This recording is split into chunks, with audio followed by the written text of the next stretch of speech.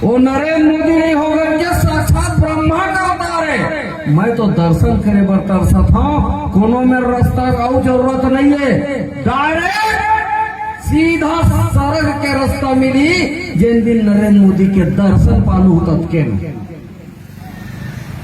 वो तो ब्रह्मा के अवतार है। बस भगवान बनने के प्रक्रिया में है, बस पहुंचाइए है, आउटर में खड़े हैं।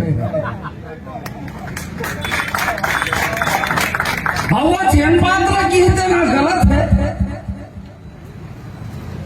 राजीव गाय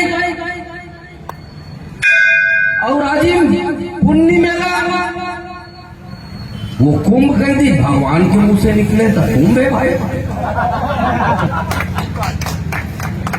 और उमा काय जोड़े है